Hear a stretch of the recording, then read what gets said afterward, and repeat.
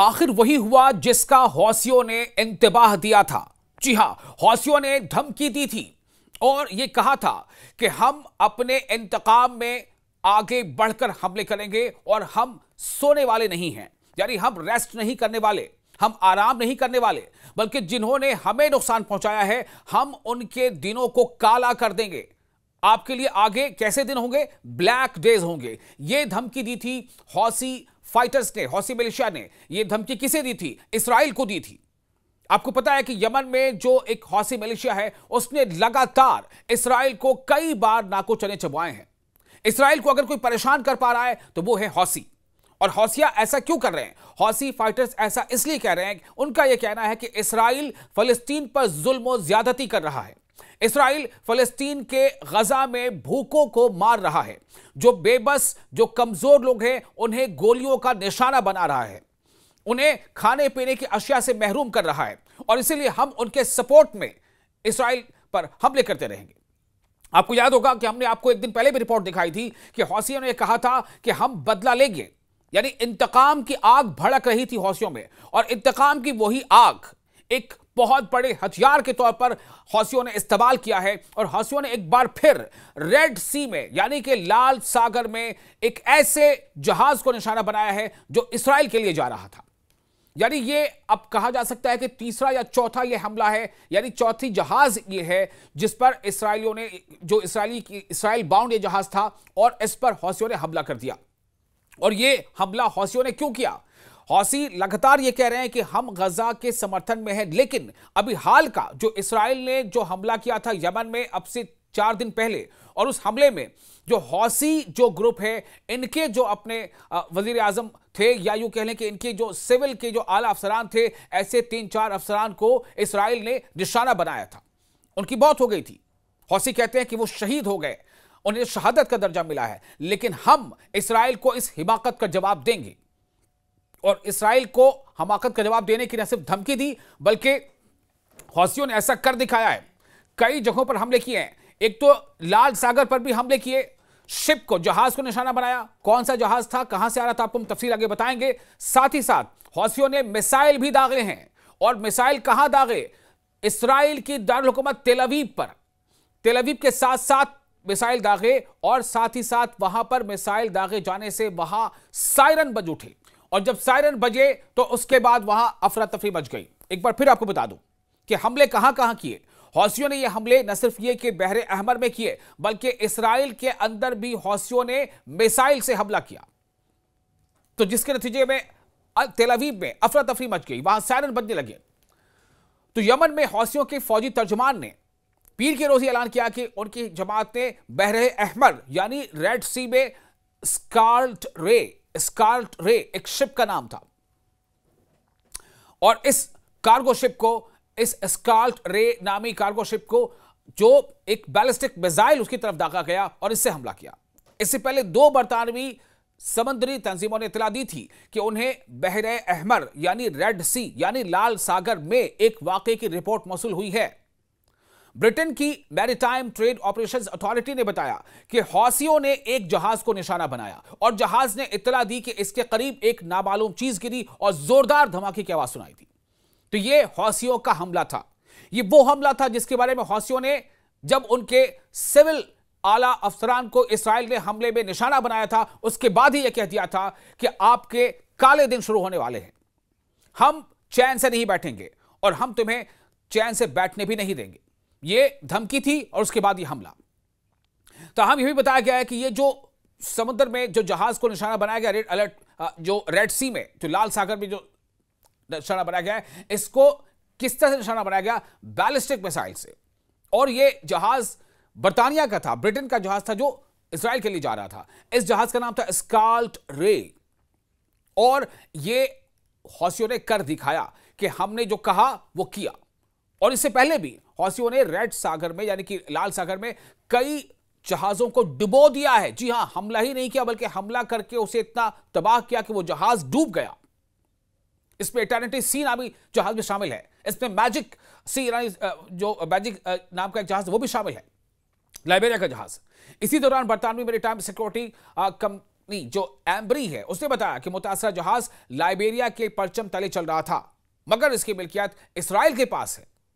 वो जहाज जिसको निशाना बनाया गया, जिसपे लाइबेरिया का परचम भी लगा हुआ था, उसकी मिल्कियत किसके पास थी? इसराइल के पास, यानी वो इसराइल का जहाज था। इस तरह से माना जा सकता है कि हौसियों के अहदाफ में यह इसलिए शामिल था क्योंकि यह जहाज इसराइल का था, इसराइल बाउंड था। आपको बता दें कि यमनी हौसी मिलिशिया 2023 से रेड सी यानी बहरे अहमर में जहाजों पर हमले कर रही है। और ये 2023 मतलब वही तारीख जब अक्टूबर 2023 में जब से हमास के इसराइल पर हमले के बाद से फिर जो इसराइल और हमास के बीच में जो ये जंग शुरू हो गई और इसराइल ने तब से जो बॉम्बिंग शुरू की, उसके फाइटर जेट्स बॉम्ब गिरा रहे हैं गजा पर, उसके टैंक्स जो है गजा के कुछ कुछ इलाकों में पहुंच चुके हैं, आईडीएफ लगातार वहां पहुंच रही है, यानी कि जमीन से वार, हवा से वार और आसमान के साथ साथ जो नेवी है उससे भी इसराइल वार कर रहा है। और जब से ये वार चल रहा है तब से हौसी लगातार रह रहकर बहरे अहमर में शिप्स को, जो इसराइल के लिए जाने वाले जहाज है, उनको निशाना बना रहा है। और न सिर्फ शिप्स को निशाना बना रहा है बल्कि उसने कई बार इसराइल पर भी हमले किए हैं। बेन गुरियन जो एयरपोर्ट है, उस एयरपोर्ट को तो कई बार निशाना बनाया है। और कई बार ऐसे मौके आया कि जब बेन गुरियन का कोई ना कोई, उस एयरपोर्ट का कोई ना कोई हिस्सा जो है वो तबाह हुआ, जिसके नतीजे में ऑपरेशंस वहां पर मुलतवी करने पड़े। तो ये इसराइल को रह रहकर चोट पहुंचाता रहा है हौसी। और हौसी ऐसा क्यों करता है? क्योंकि हौसियों का कहना है कि इसराइल के जो है वो गजा के साथ, फलस्तीन के साथ नाइंसाफी कर रहा है और फलस्तीन और गजा के मासूम शहरियों को, बेबस शहरियों को, कमजोर शहरियों को, बूढ़ों को, औरतों को, बच्चों को मार रहा है। जो अब तक आदाद शुमार है फिलिस्तीन अथॉरिटी के मुताबिक 70,000 से जायद जाने जा चुकी हैं। और इन 70,000 जाने जो जाया हुई हैं, इनमें 80% कौन है? आम शहरी हैं जो मारे गए हैं, सिविलियंस मारे गए हैं। और इन सिविलियंस में भी ख्वातीन और बच्चे ज्यादातर शामिल हैं। सबसे बड़ी बात यह है कि एक तरफ तो उन्हें बॉम्बिंग का सामना करना पड़ता है, टैंकों का सामना करना पड़ता है, गोलियों का सामना करना पड़ता है, उसके साथ साथ उन्हें खाने पीने के लिए अशिया उनको नहीं दी जा रही है। रफा से लगी जो बॉर्डर है मिस्र का, उस बॉर्डर पर तमाम एड्स ट्रक्स, जिनकी तादाद सैकड़ों हजारों में है, वो यूं ही खड़े पड़े हैं। उन ट्रक्स को गजा के अंदर दाखिल होने की इजाजत नहीं है। इसराइल ने वहां पर रोक लगा रखी है और यह बात सबको पता है, दुनिया के तमाम मुल्कों को पता है, यूनाइटेड नेशंस को पता है, उसकी तमाम एजेंसियों को पता है, बल्कि यूएन की कई एजेंसियां भी वहां पर एड वर्क्स नहीं चला पा रही हैं क्योंकि इसराइल ऐसा करने नहीं दे रहा। और दुनिया ऐसे कह रही है कि वॉर क्राइम है। बहुत सारे मुल्कों से ऐसी खबरें आ रही हैं। और इसी सिलसिले की कड़ी है, जब आपको याद होगा एक फ्लोटिला नाम का एक जहाज, पानी का जहाज बहुत बड़ा सा, वो इस मिशन के साथ गया था अलामती तौर पर कि हम जो है गजा तक जाएंगे और गजा के लोगों को हम वहां पर उन्हें अनाज जो है वो मुहैया कराएंगे, हम उनको मेडिकल एड प्रोवाइड कराएंगे। ऐसे ही एक जहाज फिर से निकल पड़ा है फ्लोटिला नाम का, और वो बड़ा जो जहाज है इस बार, पिछली बार जहाज में ग्रेटर थनबर्ग भी थी, बहुत सारे अलग अलग मुल्कों के जो सोशल एक्टिविटीज वो उसमें शामिल थे। इस बार भी ये जहाज निकल पड़ा है और इस जहाज के साथ साथ और भी कई जहाज हैं। लेकिन ये मैं सिर्फ इसलिए बता रहा हूं कि ये वो हालात हैं, दुनिया के कई गोशों में, कई मुल्कों में गजा पर होने वाले हमलों के खिलाफ एहतजाज हो रहे हैं, इसराइल के खिलाफ आवाजें उठ रही हैं। कई मुल्कों ने यहां तक कह दिया है कि यूएन का जो अगला इजलास होगा उसमें हम इस बात का ऐलान कर देंगे कि हम फिलिस्तीन को एक अलग स्टेट तस्लीम करते हैं। इन सब के बीच इसराइल के हमले लगातार जारी हैं। और इसराइल हमले सिर्फ गजा पर नहीं कर रहा, बल्कि कभी वो यमन पर हमला करता है, कभी वो लेबनान पर हमला करता है, कभी वो मुल्क शाम पर हमला करता है। और इसी कड़ी में जब इसराइल ने यमन में हमला किया और जो हौसी जो ग्रुप है, हौसी मिलिशिया, एक तो हौसी मिलिशिया जो हौसी को ग्रुप है, उस ग्रुप के जो आला जो सिविल अफसरान थे उनको निशाना बनाया, उनमें से कईयों की शहादत हो गई। इसके बाद जो हौसी जो कहा है कि हम इंतकाम लेंगे, और उस इंतकाम की ऐलान को, उस इंतकाम की कह सकते हैं धमकी को अमल करते हुए यह दिखाया हौसियों ने। जब उसने इसराइल पर हमले किए, इसराइल पर मिसाइल दागे, तेल अवीव में सायरन बजा, वहां भगदड़ मच गई, और दूसरी तरफ रेड सी में उसने पानी के जहाज को, जो कार्गो शिप है, उसको निशाना बनाया। तो यह इससे पहले भी निशाना बनाया जाता रहा है। अब सवाल यह पैदा होता है कि चूंकि अभी तो उन्होंने इंतकाम की जो आग उनके अंदर भड़क रही है हौसियों के अंदर, वो इस भड़कती आग से आगे क्या क्या करेंगे, वो इसराइल पर और कैसे हमला कर सकते हैं। आपको बता दें कि जुमेरात के इसराइली हमले की बात सामने आई थी, जिसमें हौसी हुकूमत आलमी सतह पर तस्लीम शुदा नहीं है, उसके वज़ीर आज़म और मुतअद्दिद सियासी सिक्योरिटी और रहनुमा मारे गए थे। अब्दुल मलिक अल हौसी ने कहा कि इसराइल के खिलाफ हौसी तहरीक की अस्करी पॉलिसी मुस्तहकम और वाज़ेह है। अब मिसाइल हमले, ड्रोन कार्रवाइयां और बहरी मुहासरा मजीद तेज कर दिया जाएगा, यह कहा था, यह धमकी दी थी, यह इंतबाह दिया था। और इसी धमकी पर, इसी अपने हम कह सकते हैं कि वार्निंग पर अमल करते हुए ये कार्रवाइयां की गई। जब ड्रोन से हमले किए गए हैं, जब मिसाइल दागे गए हैं तेल अवीव पर और भी दूसरे शहरों पर, और साथ ही साथ ये कि बहरे अहमर में भी निशाना बनाया गया है। सवाल ये पैदा होता है कि आखिर ये सिलसिला अब आगे कहां तक जाएगा और कितने जहाजों को, जो इसराइल के जहाज होंगे या इसराइल बाउंड जहाज होंगे, उनको हौसी निशाना बनाएगा।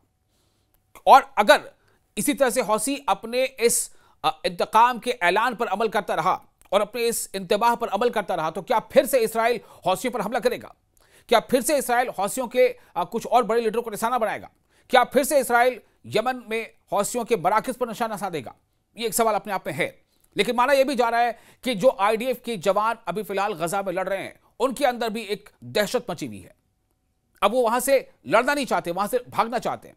क्योंकि अभी हाल ही में जिस तरह से अल-कुद्स ग्रुप ने, जो हमास का अल-कुद्स ब्रिगेड है, उसने जिस तरह से नुकसान पहुंचाया है एम्बुश लगाकर, और 4 फौजी भी लापता हैं, तो ये जो इसराइल चौतरफा घिरता चला जा रहा है, एक तरफ हमास से पूरी तरह से वो पार नहीं पा रहा है, हमास से पूरी तरह से वो जो है सबक नहीं सिखा पाया। हमास अभी भी जिंदा है, हमास फाइटर अभी भी लड़ रहे हैं, और बल्कि IDF और दूसरे जो रिजर्विस्ट जो फोर्सेस है, जवान है, उनको निशाना भी बना रहे हैं। उन्हें जान से भी हाथ धोना पड़ रहा है इसराइली फौजियों को या इसराइली फौजी जवानों को। दूसरी तरफ हौसी जो है वो एक बार फिर से ताज़ा दम हो चुके हैं। उनके कुछ सीनियर अफसरान शहीद हुए इसराइल के हमले में। इसके बाद हौसी और ज्यादा जो है वो आग बबूला हो गए। हौसी अवाम भी सड़कों पर निकल आई है और वो अवाम सड़कों पर निकलकर इसराइल के खिलाफ नारे लगा रही है। तो ये हालात अभी लगातार बने हुए हैं। और हौसी ने कहा है, जैसे मैंने आपको फिर से बताया, कि आखिरी जो उनके अल्फाज थे वो क्या हैं, जो इंतबाह के अल्फाज थे वो यही थे कि जब अब्दुल मलिक अल हौसी हैं, उन्होंने कहा है कि इसराइल के खिलाफ हौसी तहरीक की अस्करी पॉलिसी, यानी जो मिलिट्री पॉलिसी, जो मिलिशिया पॉलिसी है, वो मुस्तहकम है और वाज़ेह है, क्लियर है।